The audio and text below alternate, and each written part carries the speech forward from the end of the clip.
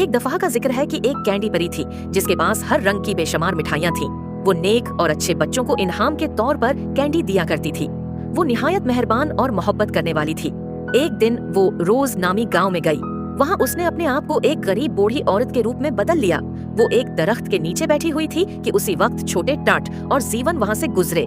टट रख गया और उसने पूछा कि क्या वो ठीक है। औरत ने कहा कि वो भूखी है। तब टट ने वो रोटी दे दी जो उनकी माँ ने उन्हें बाजार से खरीदने के लिए भेजी थी। बूढ़ी औरत ने रोटी खाई, उनका शुक्रिया अदा किया और वहाँ से चली गई।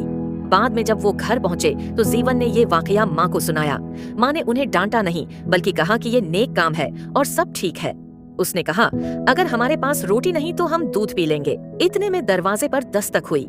माँ ने दरवाजा खोला तो वहाँ एक टोकरी भरी हुई केंडियों से रखी थी और साथ एक खत भी था।